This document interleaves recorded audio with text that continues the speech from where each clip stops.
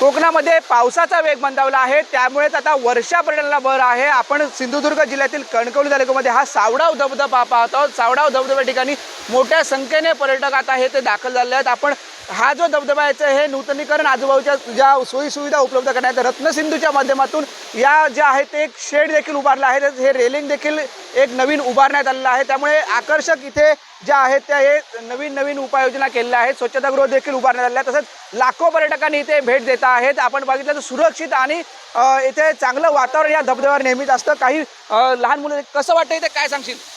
मी कणकवलीतून आलो आणि मला हे बघून खूप छान वाटलं आहे।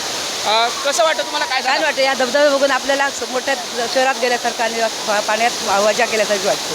काही कुठून आला तुम्ही? कसं वाटलं? आम्ही मुंबईवरून आलो, आम्हाला बरं वाटतं। दरवर्षी आम्ही इथे येतो। इकडे खूप माणसं आली आहे, खूप गर्दी झाली आहे, इथे येऊन छान वाटलं। निश्चितच खूप बरं वाटलं। लहान मुलापासून वयोवृद्धापर्यंत काही अन्य देखील आहेत। काय सांगाल कुठून आला? आम्ही पण मसुरावरून आलो, खूप छान वाटतंय, खूप एन्जॉय केला आम्ही। आमचा सगळा ग्रुपच आलेला आहे, त्याच्यामुळे आम्ही खूप एन्जॉय केला, खूप मस्ती केली, मजा केली।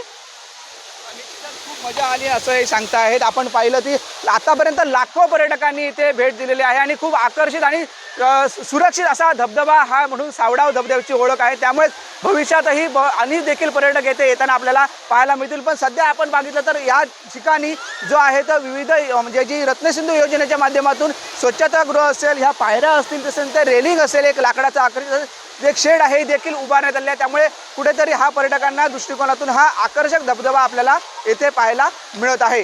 उमेश बुचडे, पुढारी न्यूज, सिंधुदुर्ग।